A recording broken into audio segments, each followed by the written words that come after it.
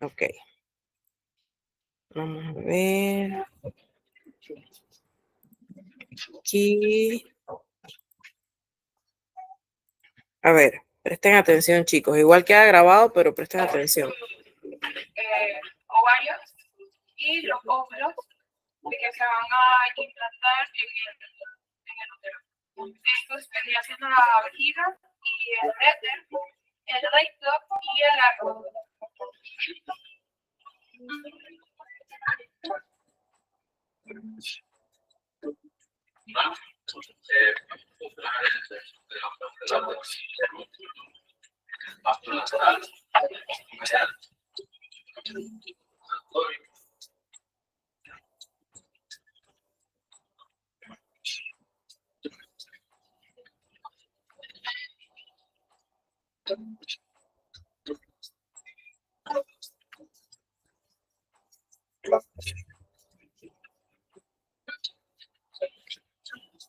Así como podemos ver empezando con las dos costillas flotantes que van debajo del esternón, podemos ver el músculo, el recto del abdomen y el abdomen se divide en 9 cuadrados. Tenemos el hombro derecho, el epigastrio, y comencemos con los músculos.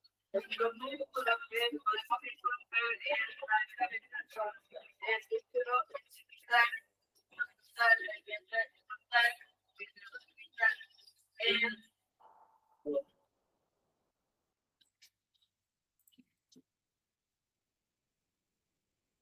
Ok, eso es más o menos lo que deben presentar para el proyecto final, de la forma en que lo prefieran hacer, ya sea que pinten un pantalón, una camisa, un suéter, que lo dibujen, que lo hagan en foam, en hielo seco, que se pinten ustedes como gusten, pero deben presentarlo de esa forma. Obviamente, pues tienen que grabarse porque ustedes no van a tener esa clase porque ese día es feriado, el 30 de marzo, ¿ok? Entonces, este es lo que deben hacer para su proyecto final. No sé si tienen alguna consulta. No importa lo que decían los chicos porque pues ellos estaban explicando lo que había hecho cada grupo. Lo importante es que vieran lo que debían hacer para el proyecto final o los ejemplos.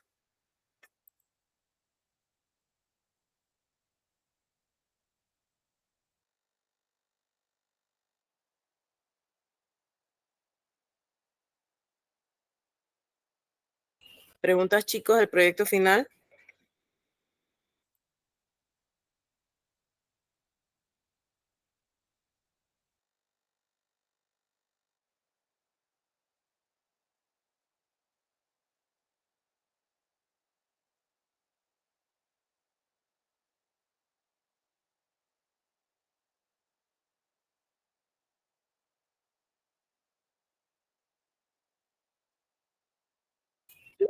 Son temas que vayamos a dar durante toda la asignatura. Ustedes tienen la guía de clase, por lo tanto, tienen a su disposición todos los temas que vamos a hablar.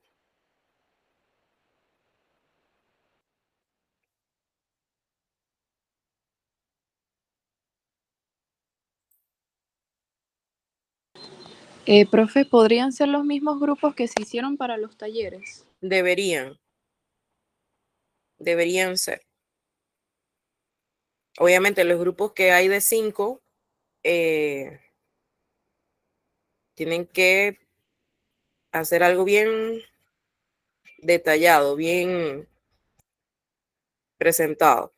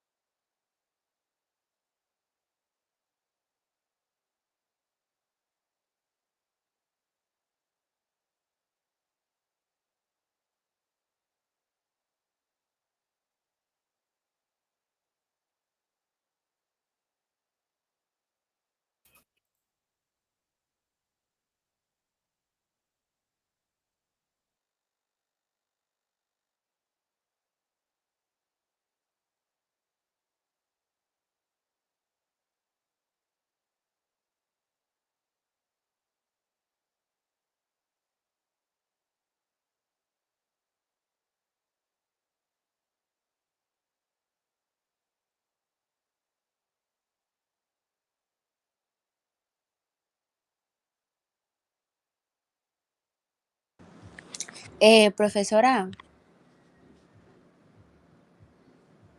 Sí, dígame. era para ver si me podría explicar de nuevo la asignación 1 del taller.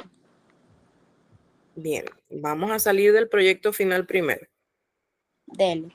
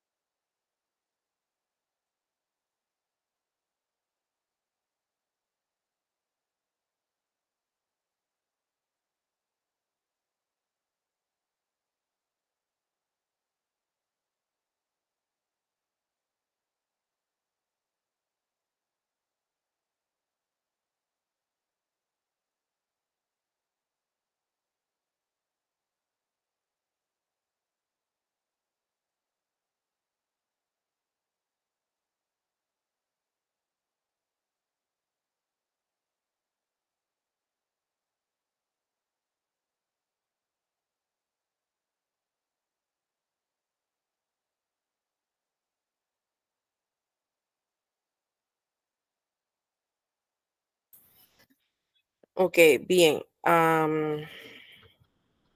Cuénteme, ¿qué duda tiene referente al taller? Porque el taller uno ya debe haber sido desarrollado.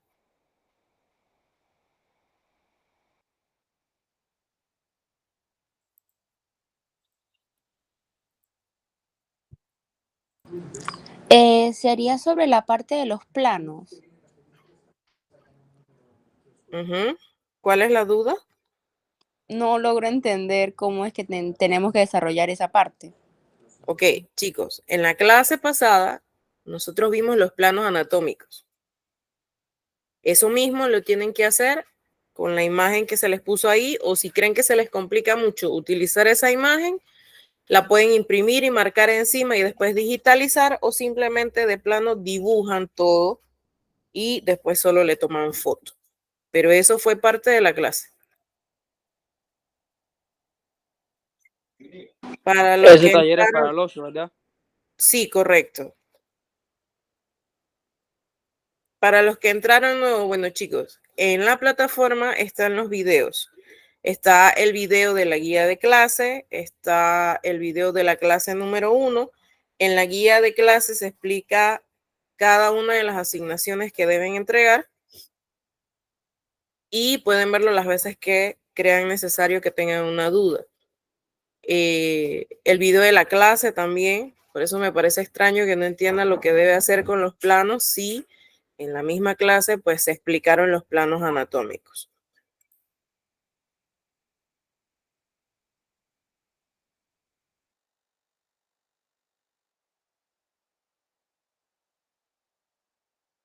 Como les mencioné al inicio, los que recién entraron hoy o que se matricularon en la semana, pues tienen que escribirme al finalizar la clase, pero como se les dijo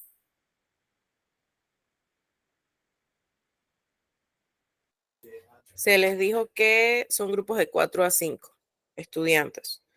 Obviamente, los que vienen entrando nuevos van a tener que hacerse en un grupo porque creo que los otros chicos ya completaron sus grupos.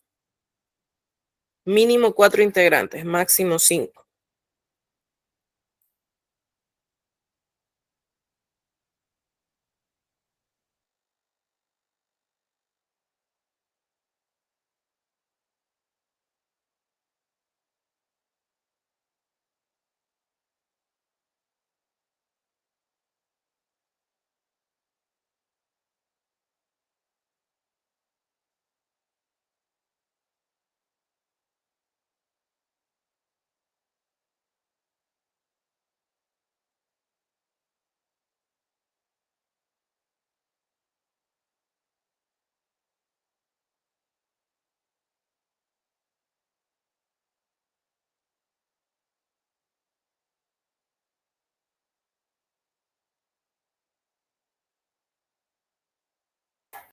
Bien, chicos.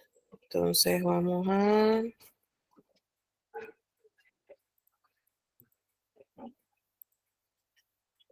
a proseguir con la clase 2. Vamos a hablar sobre el sistema musculoesquelético. Primero, con la parte esquelética. En respuesta a una de las preguntas de la prueba diagnóstica, nosotros tenemos 206 huesos. Por ahí algunos me pusieron que 108, 170 y algo, no, son 206. Además de eso, en la parte esquelética nosotros también vemos cartílago, que son estas partes de la nariz, de la oreja que no se ve, eh, y los ligamentos, que son estas bandas blanquitas. Déjame ver si puedo agregar un poquito. Okay. Cartílago, la nariz y la oreja, que obviamente aquí no se ve. Y los ligamentos, pues las banditas blancas que están uniendo los huesos.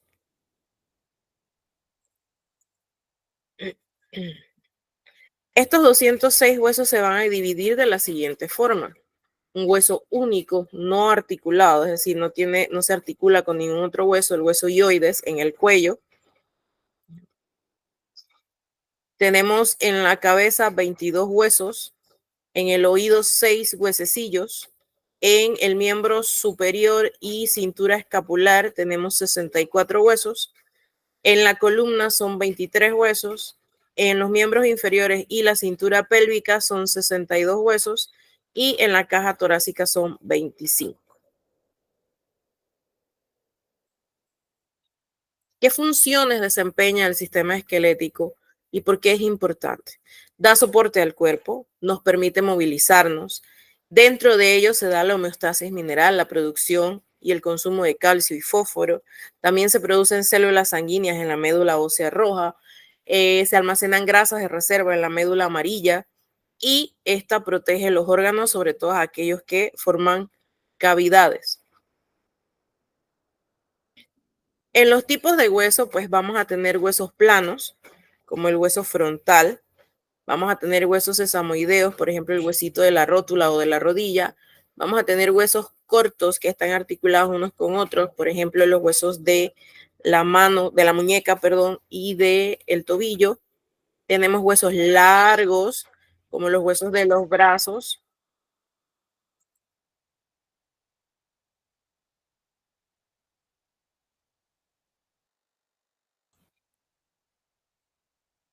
Huesos de los brazos, huesos de las piernas y tenemos huesos irregulares, o sea que no todos son iguales. Entre ellos, el mejor ejemplo, pues la vértebra. Como les mencionaba, en el sistema musculoesquelético, en el sistema esquelético, perdón, también vamos a ver ligamentos y cartílagos. Los ligamentos son las bandas de tejido conectivo denso, mientras que el cartílago es un tejido más flexible que los huesos, pero igual es un poquito rígido y que pues ayuda a dar estructura eh, forma a estructuras como la nariz, la oreja y la laringe. Acá pues entonces vemos las banditas blancas que son ligamentos y el cartílago pues en la nariz y en la garganta. En cuanto a las articulaciones, pues vamos a tener articulaciones que tienen movimiento y articulaciones que no tienen movimiento o que tienen movimiento limitado. Las articulaciones fibrosas, como las suturas craneales, donde se unen los huesos del cráneo, son fibrosas, no tienen nada de movimiento. Las cartilaginosas, como por ejemplo en la columna vertebral, que tienen un poco de movimiento. Las sinoviales, este ejemplo es la rodilla, el codo también es otro ejemplo, son articulaciones de movimiento completo. Otro nombre para las fibrosas, sinartrosis. Otro nombre para las cartilaginosas, anfiartrosis. Y otro nombre para las sinoviales, diartrosis. Podemos estudiar el esqueleto humano en dos partes. El esqueleto apendicular, que es como todo lo externo o periférico, ya vimos lo que significa periférico, y el esqueleto axial, que es todo lo que está a nivel central. ¿Sí? El apendicular, todo en celeste, cintura escapular, miembro superior, cintura pélvica, miembros inferiores, y el axial, la bóveda craneal, la columna y la caja torácica. Acá está más detallado el esqueleto axial, los huesos de la cara, de la cabeza, del cráneo, la columna, el esqueleto laríngeo y la caja torácica. Y en el apendicular, pues la cintura escapular, los miembros superiores, la cintura pélvica y los miembros inferiores. En la cintura pélvica es importante para ustedes entender las diferencias propias de la misma, puesto que en algún momento de su carrera profesional, cuando ya trabaje, pueden encontrarse restos óseos y lo más importante es identificar el sexo. No siempre va a haber un antropólogo y un médico forense allí disponibles para que identifiquen el sexo de estos restos. Entonces usted debe saber identificar. La pelvis o la cadera está compuesta de 3 huesos que se fusionan. El ilion, que está hacia arriba, el pubis, que está hacia el frente y hacia abajo, y el isquion, que está hacia atrás y hacia abajo. Las diferencias, pues la masculina es más redonda, más ancha, el ángulo en el centro donde está el pubis es un poquito más cerrado, mientras que la femenina es como más achatada, más ovalada, y el arco púbico es grande. Esto obviamente se puede ver alterado por algunas situaciones congénitas o hereditarias donde la mujer puede tener una pelvis andrógena. Perdón. Esto obviamente evitaría que la mujer pueda tener un parto normal. ¿Por qué? Porque la cadera está dispuesta de esta forma específicamente para que la cabecita del bebé pueda atravesar ese canal.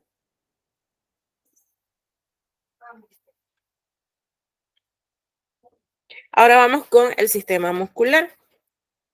Tenemos aproximadamente 600 músculos esqueléticos, solo esqueléticos. ¿Qué significa esquelético? Bueno, el músculo esquelético es todo aquel que está adherido o tiene alguna relación con los huesos, de allí su nombre, y es estriado. El músculo liso, por su parte, pertenece a las vísceras, a los órganos internos, y el músculo cardíaco solamente se encuentra en el corazón. Los músculos también tienen partes. Más que nada podemos ver que el músculo está compuesto por fascículos que tienen fibras musculares y las cuales están íntimamente relacionadas con la circulación y el sistema nervioso, es decir, con los vasos sanguíneos y los nervios. Acá podemos ver un poquito más de cerca la unión neuromuscular, donde se unen las neuronas motoras con la fibra muscular del músculo esquelético. En esa unión, entonces, se va a dar liberación de ciertas sustancias neurotransmisoras que son las que reciben y ejecutan información. El músculo estriado o esquelético tiene la función de movimientos corporales, generar calor, proteger órganos internos y mantener la postura corporal. El músculo liso, que como ya vimos, pues pertenece más que nada a las vísceras y órganos internos, en el ojo, en la vejiga, en los vasos sanguíneos, incluso la piloerección, eso que le conocemos como piel de gallina. Y el músculo cardíaco, que su única función va a ser más que nada propulsar sangre a través del sistema circulatorio, porque solamente está en el corazón.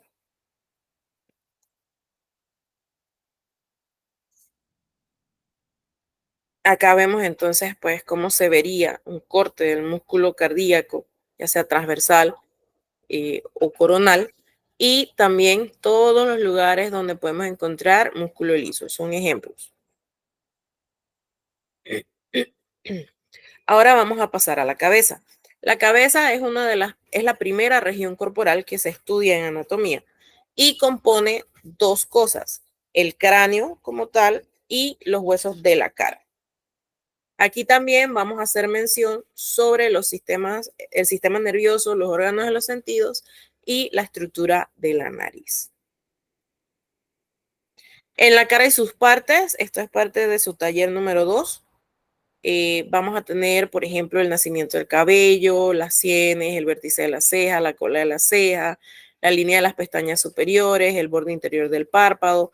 El pómulo es la parte donde está el huesito, en la parte de arriba de la mejilla, y la mejilla es donde no hay hueso. Tenemos el puente nasal, tenemos las alas de la nariz, el tabique nasal, el lóbulo de la oreja, el arco de Cupido en los labios, la comisura labial, el hueco del mentón y el mentón. Los huesos del cráneo y los huesos de la cara. Vamos a verlos un poquito más de cerca. En los huesos del cráneo tenemos 8.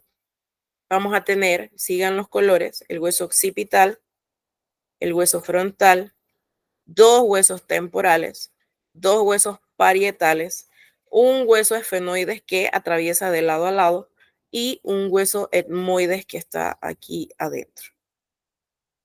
Por su parte, el esqueleto facial entonces va a tener el hueso cigomático, que es este que está en naranja, va a tener el hueso nasal, otra porción de aquí, va a tener el hueso del maxilar, este verde, el hueso mandibular, que este que está en gris,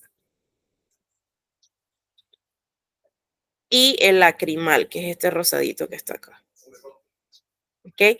Por dentro, si pudiésemos ver, vamos a tener otros huesos, el hueso del vómer, que está como a nivel central por dentro de la nariz, y el palatino, que es el que forma el paladar duro de la boca, o sea, el cielo de la boca. En el cráneo, cada hueso va a estar unido, recordemos que es una articulación sin movimiento. Esas articulaciones las vamos a conocer como suturas. Por ejemplo, la sutura entre el hueso frontal y los dos parietales se llama sutura coronal. La sutura o la unión entre los dos parietales se va a llamar sagital. La de los parietales con el occipital, la andoidea, la del parietal con el temporal escamosa, y esta porción de aquí es una porción en bebés, que ya les muestro un poquito más grande.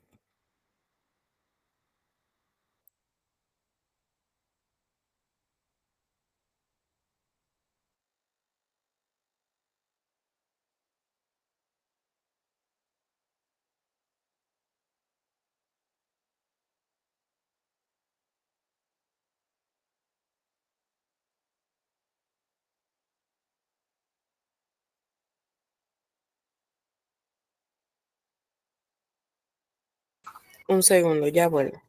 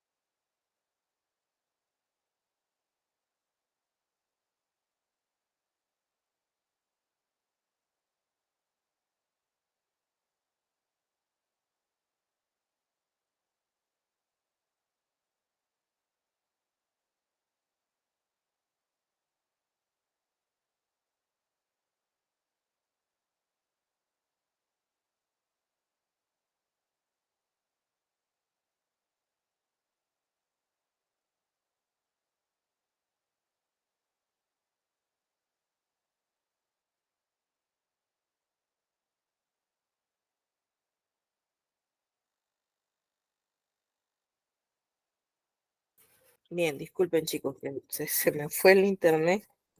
Bien, vamos a...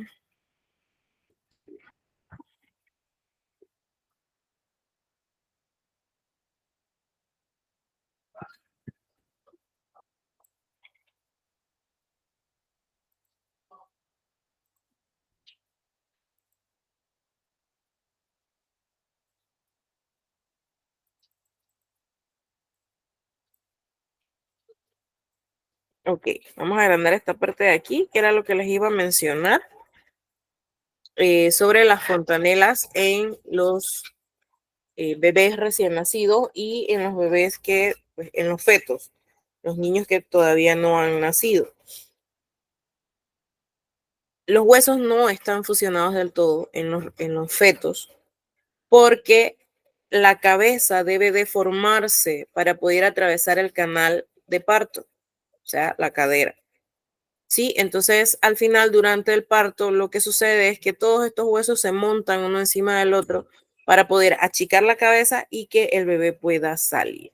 Entonces, esos espacios de tejido que quedan entre los huesos se llaman fontanelas. Tenemos la fontanela anterior o la mollerita que tenemos aquí arribita de la cabeza. Tenemos la fontanela posterior.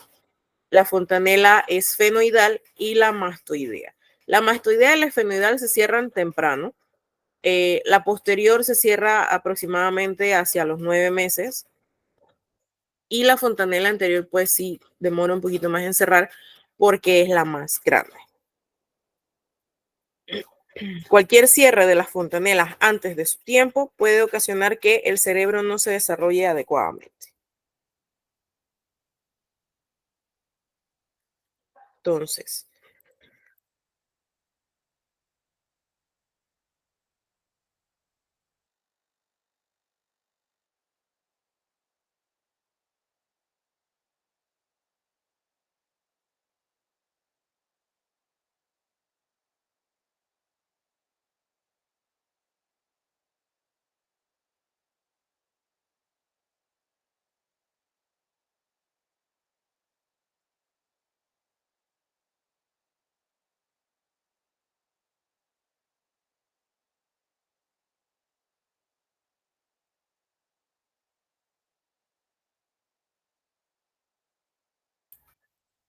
bien, vamos a ver.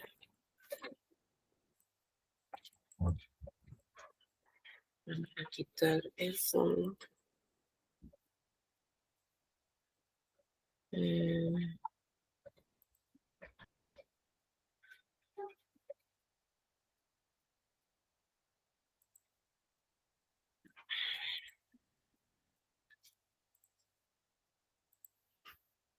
ok, bien.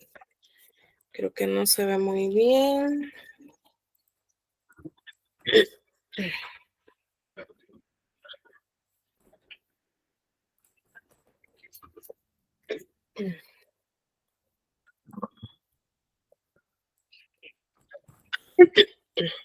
Perdón.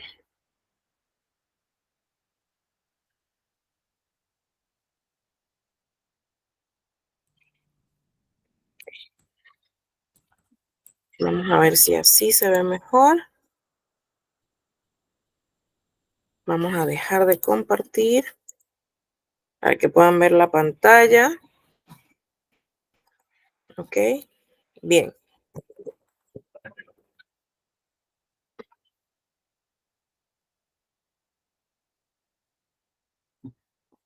Bien, acá tenemos un cráneo, ¿verdad? Está un poquito pequeño, pero cumple su función. Obviamente está a colores, es más fácil de visualizar algunas estructuras, ¿ok? Les mencionaba que tenemos un solo hueso frontal. Aquí así. Tenemos un solo hueso frontal, que es este que está en verde.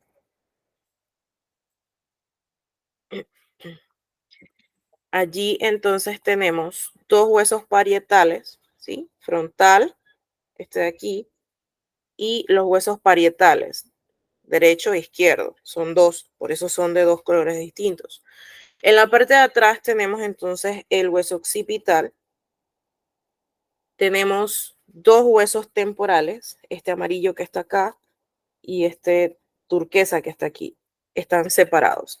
Tenemos un solo hueso esfenoidal, que es este celestito que está aquí, pero es un solo hueso porque él se desarmó, porque él atraviesa por dentro todo el cráneo, ¿sí? Por eso sigue siendo del mismo color de ambos lados. Acá creo que, ok. Este no tiene colores, pero tiene unas líneas, ¿sí? Estas líneas que están aquí, ¿ok? Esa línea muestra como la división de los huesos, ¿ok? Entonces, el hueso esfenoidal viene de lado a lado y atraviesa todo el centro del cráneo. Aquí, este espacio que está aquí, vamos a verlo un poquito así. Allí, no sé si ven que hay como un huequito, ¿ok? Eso es la silla turca, es la porción más importante del esfenoides, ¿sí? Entonces, bueno, este sí es de tamaño real, pero no tiene colores, entonces por eso usamos este. Entonces, a este, pues ya le falta un huesito, pero bueno.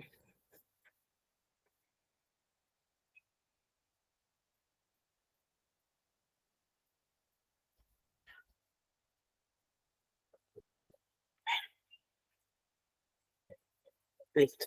Entonces, pues acá tenemos en la cara, recuerden que les hablé del cigomático, son dos huesitos diferentes, estos dos de aquí.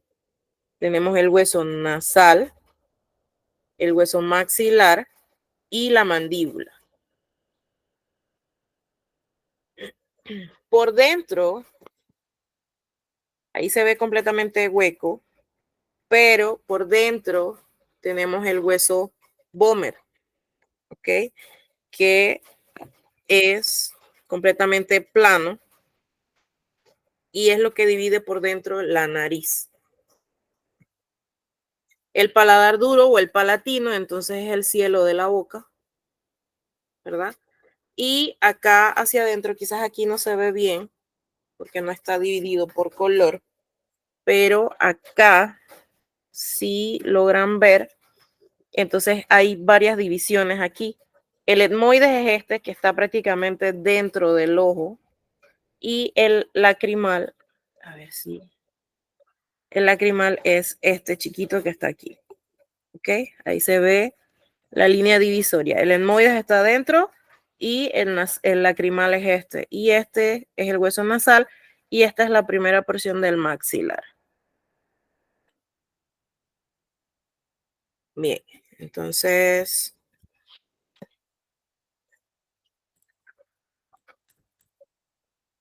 ahora vamos con lo que sigue. Vamos con el sistema nervioso. El sistema nervioso lo podemos dividir o está dividido más que nada en varias secciones. Tenemos el sistema nervioso central, que involucra a estas partes que están en moradito, el encéfalo o cerebro y la médula espinal. Y tenemos el sistema nervioso periférico, que involucra todo lo que está en amarillo, los nervios craneales, los nervios espinales y los órganos de los sentidos.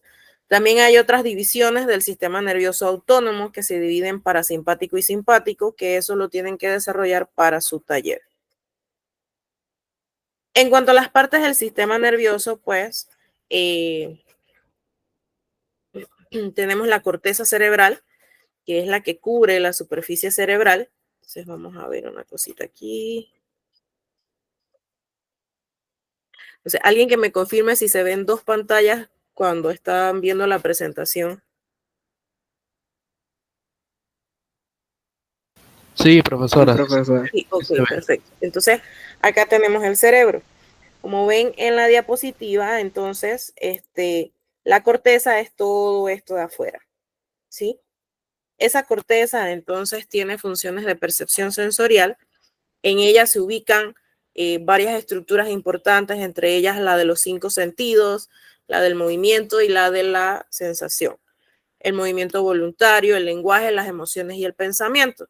Si nosotros dividimos en 2, entonces vamos a tener justo la misma imagen que, la cosa es que si lo divido se me parte. Vamos a tener justo la imagen que está en la diapositiva. Vamos a tener entonces esta porción de acá, que es el tálamo y los núcleos grises. Un poquito más abajo vamos a tener el hipotálamo, y estos son los que, pues, más que nada regulan el movimiento y el tono de los músculos, obviamente. Y en el hipotálamo entonces vamos a tener la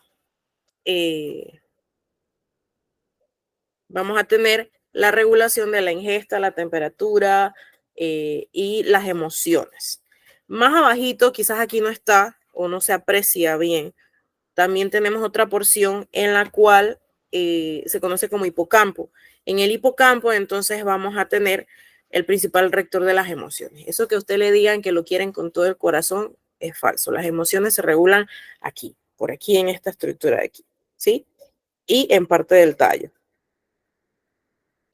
En la médula espinal, que es esto que tenemos acá, vamos a sacar esto para ver. Aquí, para que la vean un poquito mejor, ¿sí? Esto que está acá es la médula espinal. Esta porción gordita que está aquí, entonces es el tronco del encéfalo, que controla el ritmo, la vigilia, el sueño y demás. Y en la médula espinal, pues más que nada, vamos a comunicar el cerebro con los nervios periféricos y conducimos sensaciones al cerebro y los impulsos de movimiento voluntario e involuntario. Tenemos esta estructura que está aquí en verde, que es el cerebelo, que es el centro de coordinación, integrando entonces toda la información que se recibe de los órganos de los sentidos, y está muy vinculado a que el movimiento sea perfecto, fluido y coordinado. Esta porción, el cerebelo, se ve afectada en las personas que consumen alcohol. Por eso es que se le llama marcha alcohólica, porque se ve afectado el cerebelo. Bien, vamos a unir de nuevo todo esto para poder hablarles sobre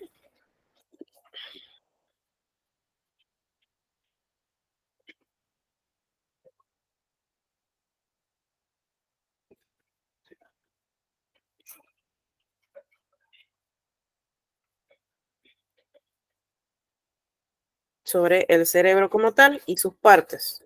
¿Ok? Tenemos el encéfalo o cerebro, ¿verdad? Y esta es la vista que tienen a su derecha. ¿Ok? Esta es una vista lateral. Tenemos entonces el lóbulo temporal, tenemos el lóbulo frontal, los parietales y el occipital. ¿Sí? Esos son los lóbulos. Yo tengo hemisferios, hemisferio derecho, hemisferio izquierdo. Cada una de esas líneas, así como ven en la imagen, sobre todo estas que son como más profundas, se conocen como surcos, y las otras porciones que son como curvilíneas y no son tan profundas, se conocen como circunvoluciones. ¿Ok?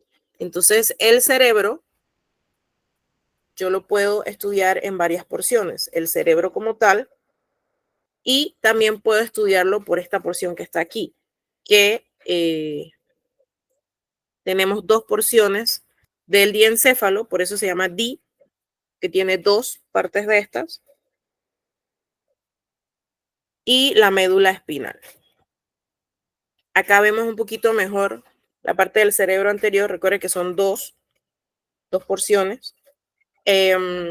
La protuberancia o el bulbo, protuberancia es la gordita, así. Esta gordita, así como la ven en la diapositiva. Esta otra protuberancia entonces es el bulbo, y lo demás que es recto es la médula espinal. Esta porción chiquitita que está aquí, déjenme activar allá, es esto que está aquí. ¿Okay? Esa es la glándula pituitaria. Ella se sienta en la silla turca, por eso es que la silla se llama silla, porque tiene como un huequito, y allí va incrustada esta porción del cerebro medio. La pituitaria, la adenohipófisis, la neurohipófisis, que son las que prácticamente son el centro regulador principal a nivel hormonal. ¿Okay? Y eso sí lo vamos a ver al final. Acá está un poquito más grande.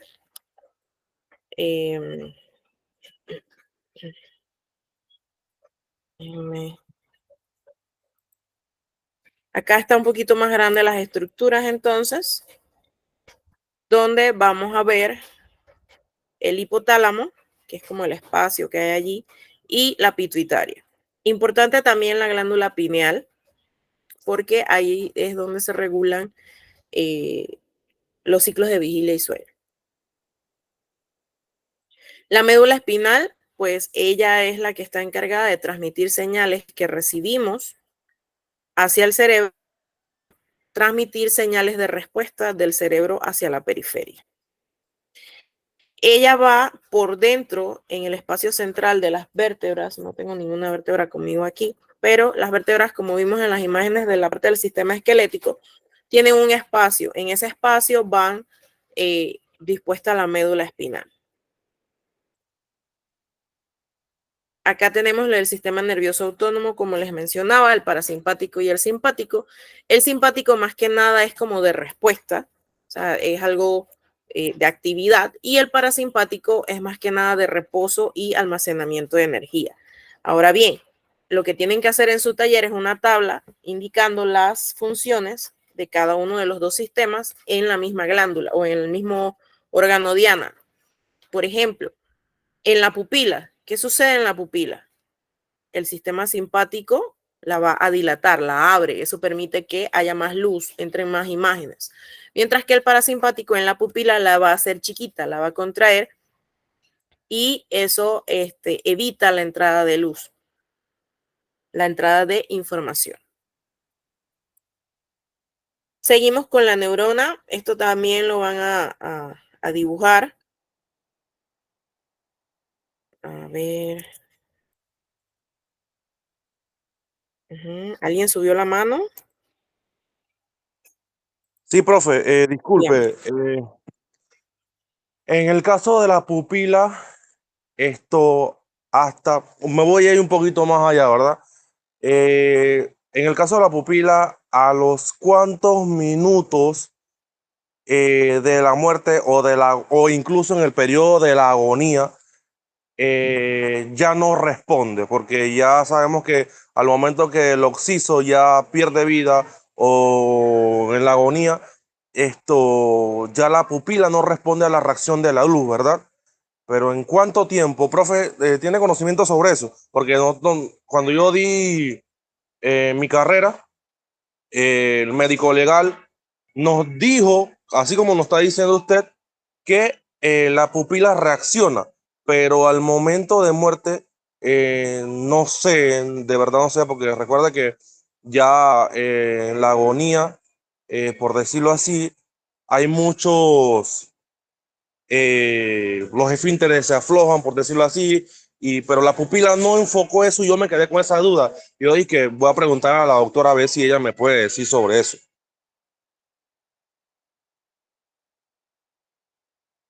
Ok, bien. La pupila es como que le desconectaran algo al cuerpo, ¿ok? Apenas la persona fallece, todo deja de reaccionar, no solamente las pupilas.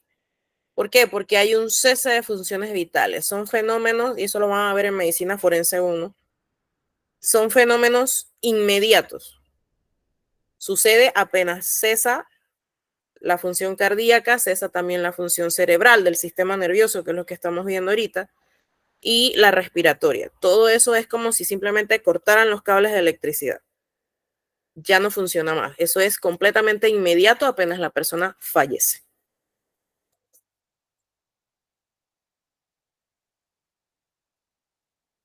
¿Contesté su pregunta?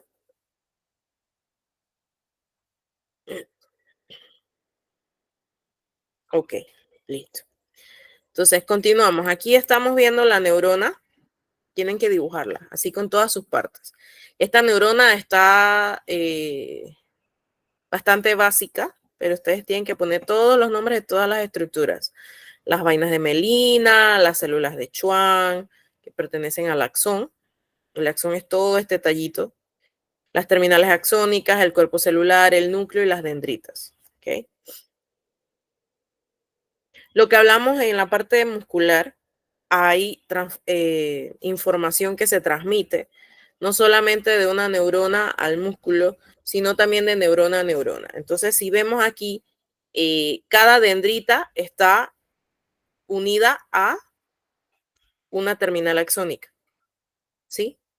Entonces, eso forma una red compleja de muchas neuronas. Y allí se da la transmisión o la sinapsis neuronal, que se liberan neurotransmisores que llevan información y traen información importante.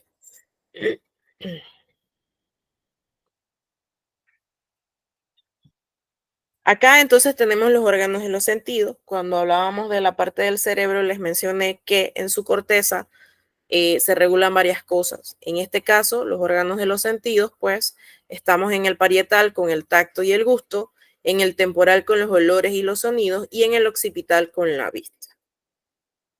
¿Cuáles son los órganos de los sentidos? La lengua, el ojo, el oído, la nariz y la piel. Eso es parte de su taller y tienen que tener cuidado con eso. Leer bien el enunciado. El ojo pues recibe señales de luz o imágenes y colores y la transmite hacia el fondo de la retina y por ahí hacia el nervio óptico hasta el cerebro. El oído recibe ondas sonoras y las transforma mediante huesos y líquido hacia señales sonoras que van hacia los nervios que tienen que ver con la audición. Acá tenemos entonces los huesecillos. Eso es súper pequeñito como para yo enseñárselos aquí, porque no los van a poder apreciar bien. Pero tenemos 3 dentro del oído. ¿Sí? Tenemos el estribo, que parece como un estribo de la silla de caballo. Tenemos el yunque y tenemos el martillo, que es el que va pegadito a la membrana timpánica. En la piel tenemos muchos receptores: calor, frío, electricidad o corriente, de repente también algún movimiento grueso o fino que percibe la piel, y todas ellas tienen pues una función específica. El olfato, pues nosotros percibimos aromas, los recibimos a través del bulbo olfatorio y esa información entonces va por el nervio hacia el cerebro. La lengua también, uno de los ejemplos es que por lo menos en la puntita de la lengua nosotros sentimos el sabor salado, ¿ok? Entonces, hay distintas regiones donde percibimos distintos sabores, pero la unidad celular, la célula gustativa es la que está unida a los nervios. Tenemos la nariz. La nariz, si ustedes aprecian, bueno, no, si no activo la... Si ustedes observan, no es defecto de la cámara, es que la nariz pues es así ñatita, no tiene la puntita. ¿Por qué? ¿Alguien sabe por qué el hueso no tiene la puntita de la nariz? Porque es cartílago. Correcto, porque es cartílago. Entonces aquí nosotros solamente estamos viendo huesos como tal. Cuando ustedes encuentran restos óseos, si ya no hay cartílago, eso ya le indica a usted el tiempo probable en que esa persona falleció. ¿Ok? Porque simplemente van desapareciendo, se van deshaciendo. Entonces, por eso la nariz es así como ñatita. Si ustedes se tocan su nariz, van a notar que arriba hay como una división, aquí en el puente de la nariz. Hay como una división y esa división es esto, que hay una porción de hueso y la otra puntita, la puntita de la nariz, pues es cartílago.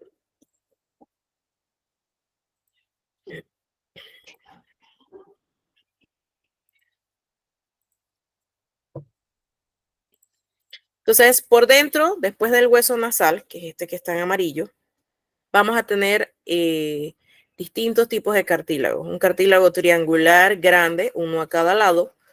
Cartílagos alares mayores, también uno a cada lado. Y cartílagos alares menores, uno a cada lado. La porción interna o inferior de la nariz la división de las dos fosas nasales, se conoce como columena. Si nos vemos en un espejo, pues tenemos la parte del frontal, la raíz o puente de la nariz, el tabique, el dorso, el lóbulo de la punta de la nariz, el ala de la nariz, el subtabique, que es el del centro, entre la nariz y la boca, el surco nasolabial, y las dos fosas nasales o dos narinas. Tenemos una sola nariz. Eso de las narices no existe. Una nariz, dos narinas, que son los huequitos, o también se le conoce como fosas nasales.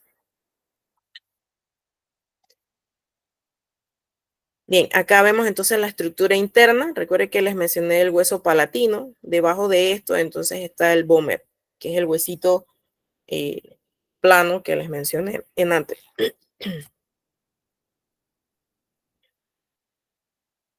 Por dentro, que eso sí, pues, usualmente se muestra así en fotos y no con el mismo cráneo, tenemos espacios, huecos, dentro de los huesos. Esos espacios están ahí para muchas cosas. Eso nos da el tono de voz, la forma en que respiramos y hace que se mantenga humedecida la parte nasal, de la cavidad nasal y oral. Porque en estos senos, que significa hueco, se producen secreciones. El moquito, por decirlo de alguna forma. O sea, en cualquier momento de nuestra vida tenemos moquito allí. Cuando hay alergias, el moquito se produce mucho, mucho, mucho, mucho y es transparente y sale como llorando por las fosas nasales. Cuando se almacena allí y no sale porque, ¿dónde está? Porque esto se hipertrofia. Acá vemos entonces, este es un seno paranasal, el frontal, este es otro seno paranasal, el esfenoidal. Cuando los cornetes se agrandan, se inflaman, se hipertrofian, ya sean por alergia o algún proceso infeccioso y bacteriano, por estos huequitos que estoy señalándoles con el puntero, debe salir secreción, moquito. Cuando eso se tapa porque no hay por dónde salir por la inflamación aquí adentro, entonces se producen las infecciones, porque todo lo que se acumula se puede infectar. Entonces tenemos el frontal, dos espacios en el hueso frontal. En el etmoides, que es el huesito chiquitito que les mostré antes en el cráneo, hay de 6 a 10 senos etmoidales dentro de ese huesecito, imagínense. El esfenoidal son 2 y el del maxilar superior también son 2. Ok, por mi parte esa es la parte teórica. Parte de esto deben complementarlo con los talleres que deben desarrollar y entonces allí pues vemos. No sé si tienen preguntas. Profesora, yo tengo una pregunta. Uh-huh. Era para ver si me podía explicar acerca de lo del foro que tenemos para hoy. Usted sí me puede disculpar, ¿no? Ajá, sí, ok, bien chicos. El foro tiene un tema central. Ese es el título. El título obviamente es igual para todos. En base a eso, usted debe desarrollar varias cositas. Primero, tiene que hacer una intervención inicial de 400 palabras, creo. Déjenme revisar de todas maneras. Ay.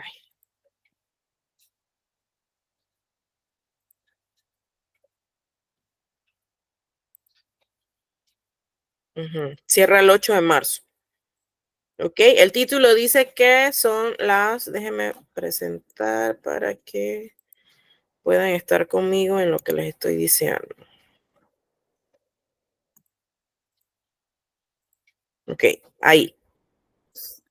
El título es igual para todos. Este es el título. Diferencias entre la anatomía, la antropología y la arqueología y su relación con las ciencias forenses. Nosotros ya vimos las definiciones básicas de anatomía, antropología y algo de arqueología en la clase 1. Entonces, eso ustedes deben revisarlo, investigarlo y hacer una formulación de un foro.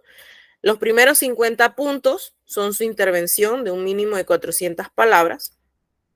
Tiene que poner el título, su contenido, tiene que cuidar lo que está escribiendo y la ortografía. Obviamente debe ser información relevante y concerniente al título del foro. Y aunque se permite que haga citas según las normas APA para citas bibliográficas, eso de copiar y pegar sin analizar no se permite. Y eso lo repito acá abajo. Copiar y pegar sin utilizar las normas APA ni hacer un análisis de lo que está copiando y pegando se conoce como plagio. Y eso anula la nota. En la segunda parte, entonces usted va a tomar a 2 de sus compañeros. Por lo menos yo quiero comentarle a Manuel. Aquí me sale responder. ¿Ok?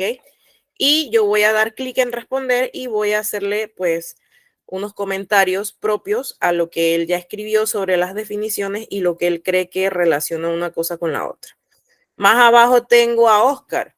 Yo busco aquí donde dice, leo lo que escribió Oscar y busco aquí en responder. Me sale la página donde yo puedo redactar mi intervención. Estos son los que ya han hecho por lo menos su intervención inicial. Aquí, Alejandra, esto no tiene 400 palabras. Alejandra Rodríguez. Aquí hay, ya le digo cuántas palabras tiene ahí.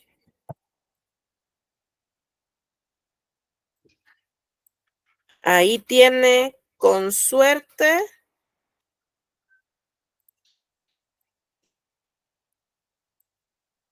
134 palabras. Y el mínimo es, ¿cuánto es el mínimo?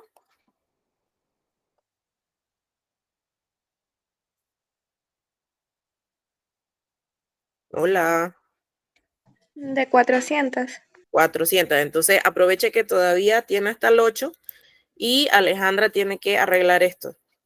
Aquí nada más hay 134. Seguimos bajando, esto parece que sí. Aquí ya Daryelin tiene un comentario. Entonces Alejandra tiene que arreglar su intervención inicial. Aquí le cuento que tiene un comentario y acá tiene otro. Este tienes que revisarlo a ver si tiene 200. Yo creo que no tiene 200. Ya hiciste tus 3 intervenciones. La inicial, que tienes que arreglar, porque no tiene las 400, y tienes 2 adicionales. ¿Ok? Que son estas 2. Y esta tienes que revisar cuántas palabras tiene. Si no saben contar, ustedes se van a Word, redactan lo que van a redactar. Al final de la página, él siempre le va a mostrar la cantidad de palabras. Y entonces nada más copian y pegan directo, perdón, directo acá en la parte del foro. ¿Se entendió?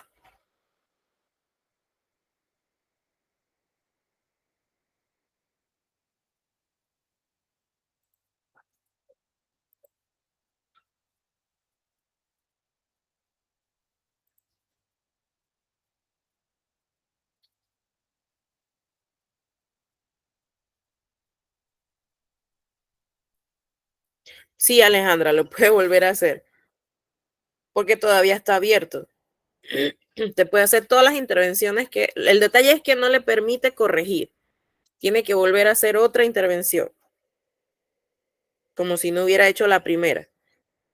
¿Ya? Y puede hacer todas las intervenciones que guste dentro del foro hasta la fecha de cierre. Sí, Carlos, tienen hasta el 8, pero no espere hasta el 8, porque de repente qué suerte que usted esperó hasta el 8 y a las 10 de la noche se cayó la plataforma y la actividad cierra a medianoche. Entonces, si ustedes vieron, ya muchos han respondido su primera parte y les falta entonces la intervención adicional, que por el momento veo que solo Alejandra. Bueno, Yane Rodríguez, José Torres. Yane ya tiene las 2.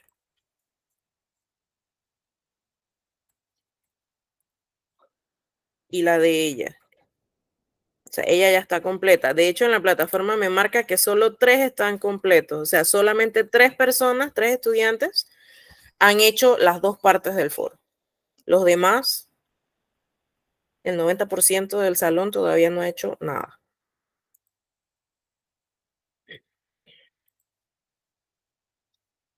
¿Alguna otra pregunta?